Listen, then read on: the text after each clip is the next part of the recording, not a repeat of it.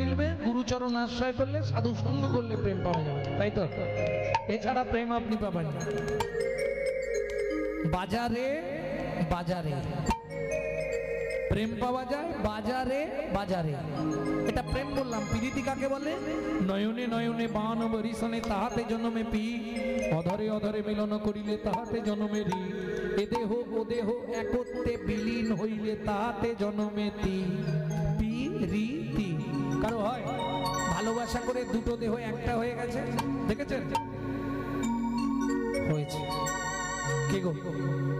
সেই প্রীতির এই তো রীতি, সেই রাধা কৃষ্ণ একাকৃতি, একাকৃতি কলিযুগে গৌরাঙ্গ মূরতি, গৌরাঙ্গ মূরতি। আর ভালোবাসা ওটা চেষ্টা করলেও হবে না, আগে করো ভালোবাসা পরে করো ভালোবাসা।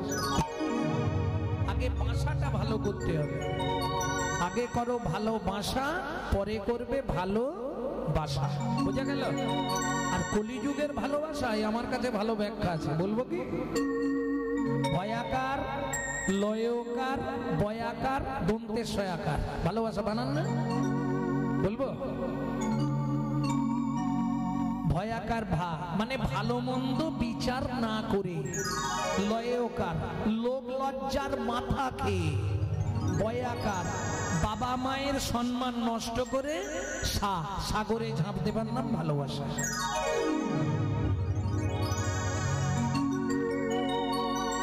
প্রেম সে বলো চৈতন্য মহাপ্রভু কি হরি নাম চিন্তা মনি রস মহা ঔষধি শনে,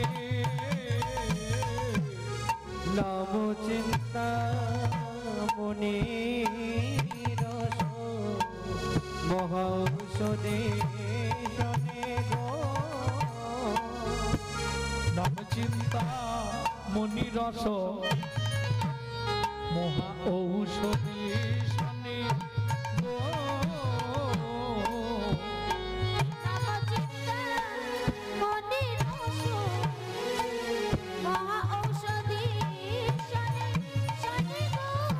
বলি হনুমান হনুমান ভক্তি মধু মিশালো যতনে যতনে গো,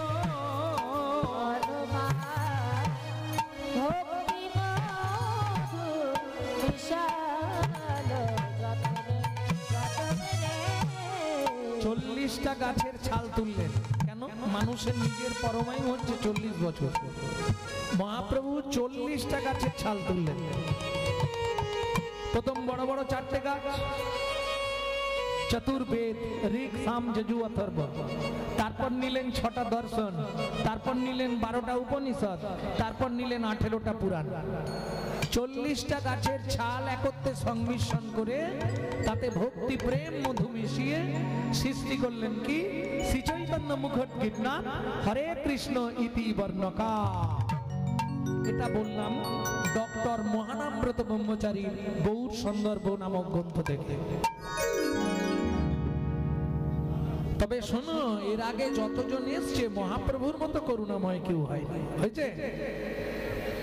দাতা শিরোমণি বিশ্বম্ভর, দাতা শিরোমণি বিশ্বম্ভর, জড় অন্ধ অতুরাবধি সবারে বিলা,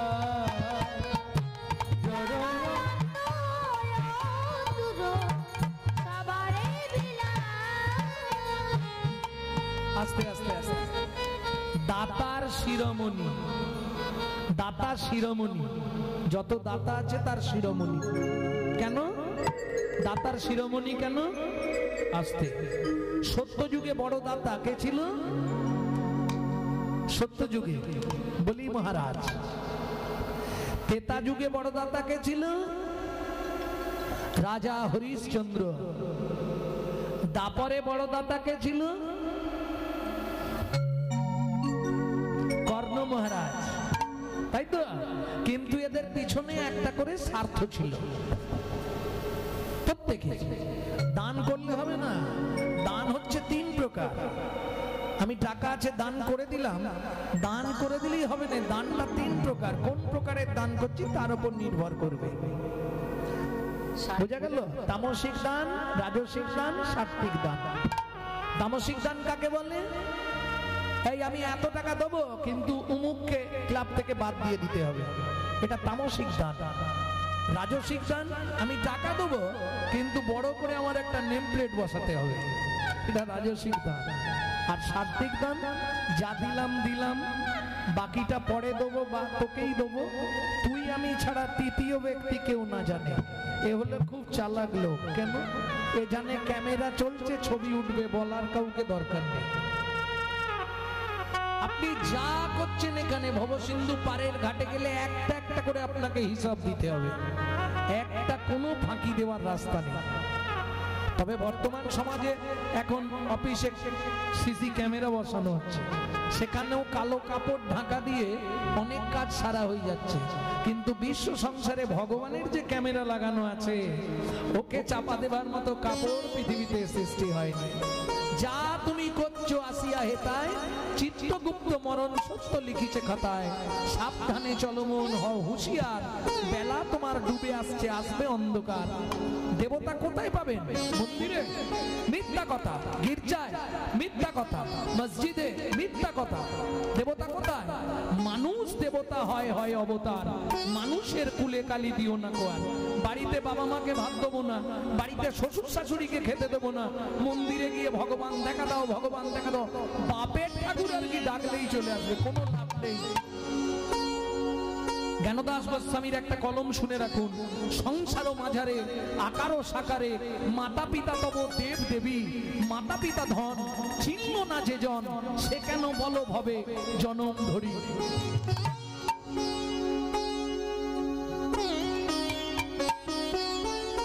জয় রাধে। তাহলে তামসিক দান শুনলাম, রাজসিক দান শুনলাম, সাত্বিক দানও শুনে নিলাম, তাই তো? এইবার বলি মহাপ্রভুকে কেন দানের শিরোমণি বলা হলো, এইটা জানতে হবে। যে সবাই তো দান করেছে, সবাই দান নিয়ে বসেছে, মানুষ গেছে তারপর দান করেছে, তাই তো? আপনি গেলে আপনাকে কিছু দেবে, কিন্তু চৈতন্য মহাপ্রভুর কাছে যেতে হয় না গো।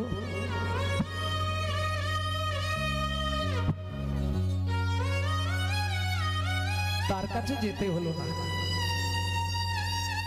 মুড়মতি অতি পতিত পাষণ্ডী, গোরা প্রাণে না মারিল কারে, প্রাণে না মারিল কারে, হরি নাম দিয়া জগত শোধিল, শোধিল যাচ্ছি গিয়া দারে দারে, যাচ্ছি গিয়া দারে দারে।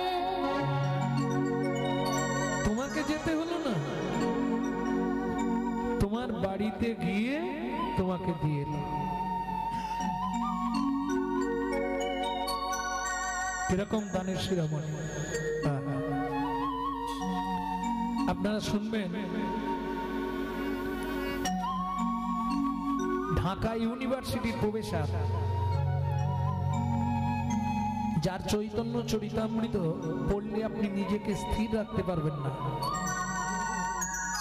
রাধা গোবিন্দনাথ, ছখণ্ড চৈতন্য চরিতামৃত কৃষ্ণদাস কবিরাজ গোস্বামীর পরে দ্বিতীয় সংস্কলন করেছিলেন। যে চৈতন্য চরিতামৃতটা আমার মনে হয় যে মহাপ্রভুর নিজে হাতে লেখা। আপনি গ্রন্থটি স্পর্শ করার সঙ্গে সঙ্গে আপনার দেহে অষ্টসাত্ত্বিক ভাবের কোনো একটা বিকার ঘটবে। এত ভালো গ্রন্থ মনে হয় পৃথিবীতে আর হবে না। সেই রাধা গোবিন্দনাথ ঢাকা ইউনিভার্সিটির প্রফেসর, তিনি ওই কৃষ্ণদাস কবিরাজ গোস্বামীর চৈতন্য চরিতামৃত পড়তে পড়তে হঠাৎ পেলেন মুরারি গুপ্তের কর্চা অনুসারে লেখা হয়েছে। দুজনের কর্চা দেখে তো কৃষ্ণদাস কবিরাজ গোস্বামী লিখেছিলেন, সেটা হচ্ছে মুরারি গুপ্ত আর গোবিন্দ ঘোষ। এই দুজনের কর্চাটা পড়েছে, পড়ার পরে যখন কৃষ্ণদাস কবিরাজ গোস্বামী চৈতন্য চরিতামৃত পড়ল, হা গৌর প্রাণ গৌর বলে কাঁদতে শুরু করলো। তোমার কথা এরা ঠিক লিখতে পারেনি, আমি আজ থেকে লিখতে শুরু করলাম। ওই যেদিন থেকে চৈতন্য চরিতামৃত লিখতে শুরু করলো সেদিন থেকে ইউনিভার্সিটিতে আর যাচ্ছে না। 1 মাস হয়ে গেছে। তা মনে মনে ভাবলে আমি যখন ইউনিভার্সিটিতে যাচ্ছি না, তা আমার চাকরিটা অন্য কেউ তো করতে পারবে, তার সংসারটা চলবে। তা আমি এক কাজ করি, একটা দরখাস্ত লিখে জমা দিয়ে দিই যে আমি আর চাকরি করব না। দরখাস্ত লিখে নিয়ে প্রিন্সিপালের কাছে আছে, রিজাইন লেটার দিয়ে যে আমি আর আপনার ইউনিভার্সিটিতে চাকরি করব না, এই চাকরিটা আপনি অন্য কাউকে দিন। কারণ না না, কারণ অন্য কিছু নয়, আমি তো 1 মাস আসতে পারিনি, আপনি দেখুন। প্রিন্সিপাল বলছে আপনি 1 মাস আসেননি, এটা কি করে হয়, আপনাকে তো প্রত্যেক দিন দেখছি। আরে বলছি মশাই আপনি ভুল করছেন, আমি আসিনি। ওমা, আজকে তো একটু আগেই তো আপনি ক্লাস নিলেন। আরে বলছি আমি আসিনি। আচ্ছা দাঁড়ান, ক্লাসের ছাত্রদের ডাকাও। ছাত্রদের ডেকে বলছে হ্যাঁ মাস্টারমশাই তো ক্লাস নিলেন আমাদের। ঠিক আছে, আমি আপনার দরখাস্ত রাখছি, কিন্তু আপনি একটু চিন্তা করুন বাড়ি গিয়ে। আপনার মনে হয় একটু ব্রেনের ডাক্তার টাক্তার দেখানো দরকার। বাড়িতে ফিরে এসে রাধা গোবিন্দ না, সারাদিন মন তার সান্ত্বনা, মন তার সান্ত্বনা। গভীর রাত্রিতে মহাপ্রভু এসে মাথায় হাত বুলায়, মাথায় হাত বুলায়, আর বলে গোবিন্দ রে, ও গোবিন্দ রে, তুই যেমন নিত্য নিত্যই আমার কাজ করছিস, আমি তোর হয়ে তোর কাজ করে দিই। আমি তোর হয়ে তোর কাজ করে দিচ্ছি। রাধা গোবিন্দনাথ বললেন না প্রভু, এটা হতে পারে না। যা, 5 দিন আগে মাস শেষ হয়ে গেছে, মাইনেটা নিয়ে আয়। দরকার নেই, তুমি চাকরি করেছো, তোমার মাইনের টাকা তুমি নিয়ে যাও, আমি নেবো না। মহাপ্রভু বলে টাকাটা তোর যদি না কাজে লাগে, তাহলে এক কাজ কর, ওই টাকাটা এনে তুই বৈষ্ণব সেবা দিয়ে দে। এইবার মজাটি দেখুন, বৈষ্ণব সেবার কথা শুনে রাধা গোবিন্দনাথের মনে খুব আনন্দ। বৈষ্ণব সেবা দেবে বলে আর টাকাটা তুলে নিয়ে এলেন। সমস্ত বৈষ্ণবদের নিমন্ত্রণ করেছে, কিন্তু দুর্ভাগ্য মহাপ্রভুর উদ্দেশ্যে নিমন্ত্রণ দিতেই ভুলে গেছে। এদিকে বৈষ্ণব সেবা চলছে, কিন্তু মহাপ্রভু যে ঘরে বসে বসে গোবিন্দনাথ গ্রন্থ লেখে, সেই ঘরের মধ্যে বসে আছে, সেই ঘরের মধ্যে বসে সকল বৈষ্ণবদের সেবা হলো। সকল বৈষ্ণবদের উচ্ছিষ্ট নিয়ে রাধা গোবিন্দনাথ যখন সেবায় বসছে, প্রসাদ নেবার আগে অন্ন ব্যঞ্জনাদি মহাপ্রভুর উদ্দেশ্যে নিবেদন করেছে। কপালে ঠেকিয়ে যেই না মুখে দিতে যাবে, বলি অমনি এসে হাত ধরিল,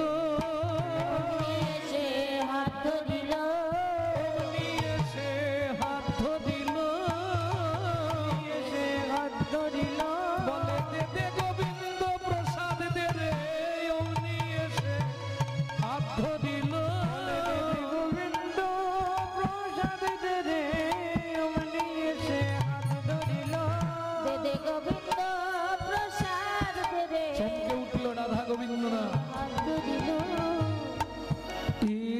কি হচ্ছে, আমার হাতটা কে ধরলো? চোখ খুলে দেখে স্বয়ং চৈতন্য মহাপ্রভু। গোবিন্দ, তুই তো আমায় নিমন্ত্রণ দিলি না। রাধা গোবিন্দনাথ বলে আমি ভুল করলাম কোথায়? আমি ভুল করলাম কোথায়? নিজের লোককে কেউ যদি নিমন্ত্রণ করে তাকে ছোট করা হয়, তাকে ছোট করা হয়। আমি তো জানি আমার হৃদয় চৈতন্যময়, আমার হৃদয় চৈতন্যময় আমার সর্বাঙ্গ চৈতন্যের হয় হৃদয় চৈতন্যময় সর্বাঙ্গ চৈতন্যময় হৃদয় চৈতন্যময় আমার সর্বাঙ্গ চৈতন্যময় হৃদয় চৈতন্যের হয় আমার সর্বাঙ্গ চৈতন্যময় হৃদয় চৈতন্যময় আমার সর্বাঙ্গ শ্রী চৈতন্যের হয় হৃদয় চৈতন্যময় আমার সর্বাঙ্গ চৈতন্যের হৃদয় চৈতন্যময় আমি জানি গোবিন্দ তুই নিমন্ত্রণ করতে ভুলে গেলে কি হবে আমি আসতে ভুলিনি আমি জানি তুই প্রসাদ পাবার কালে প্রসাদ পাবার কালে একবার আমাকে স্মরণ করবি আমাকে স্মরণ আর করিবি স্মরণ করলেই আমি গিয়ে তোর সামনে দাঁড়াবো গোবিন্দ বলে প্রভু এ তো সকল বৈষ্ণবের উচ্ছিষ্ট প্রসাদ উচ্ছিষ্ট হলে হয় মহাপ্রসাদ গোবিন্দ এইবার তুই উচ্ছিষ্ট কর তাহলে হবে মহাপ্রসাদ আমি মহাপ্রসাদের অভিলাষী মহাপ্রসাদের অভিলাষী অভিলাষী মহাপ্রসাদের অভিলাষী তাই তো ভক্ত দ্বারে বারবার আসি মহাপ্রসাদ তাই গুরু অভিলাষী ভক্তদারে বারে বারে আসি ওরে দে দে গোবিন্দ প্রসাদ দে রে আমি ভক্তদারে বারবার আসি গোবিন্দ প্রসাদ রে আমি ভক্তদারে বারবার আসি ভক্তর ভালোবাসি